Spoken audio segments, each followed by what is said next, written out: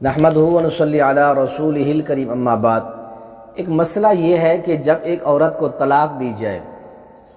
تو دوسری طلاق جب اس کو دینی ہے تو کیا دوسری طلاق سے قبل اس عورت سے رجوع کرنا یہ لازمی ہے یا نہیں، یا ایک طلاق ایک ماہ میں، پھر دوسرے ماہ میں،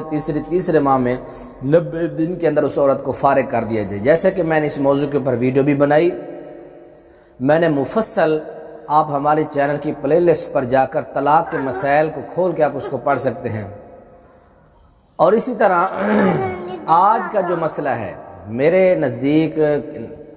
تو یہ میں اتنا بڑا دعویٰ نہیں کرتا، جو میرے سامنے روایت ہے صحیح بخاری سے ایک روایت میں آپ کے سامنے پیش کرتا ہوں، اصلاح کا طالب ہوں، اگر میرا نقطہ نظر غلط ہو تو احباب ذی وقار اور علماء شیوخ میں اصلاح بھی کر دیں۔ یہ میرے سامنے جو روایت ہے 52-51 صحیح بخاری،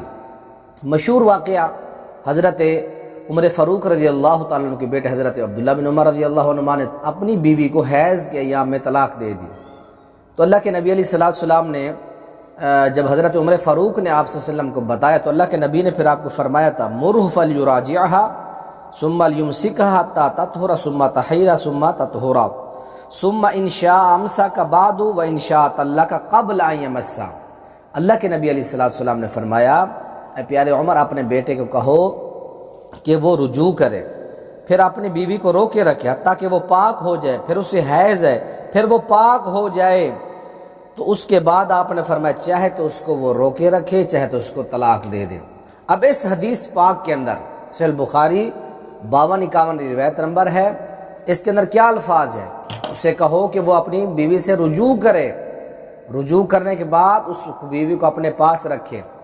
پھر اس کو حیض ہے وہ پاک ہو جائے، پھر اس کو ہم بستری سے ازدواجی تعلقات قائم کیے بغیر اس کو طلاق دے دے، یعنی رجوع یہاں لازم آیا ہے اگلی طلاق کے لیے۔ اللہ عمل کی توفیق دے۔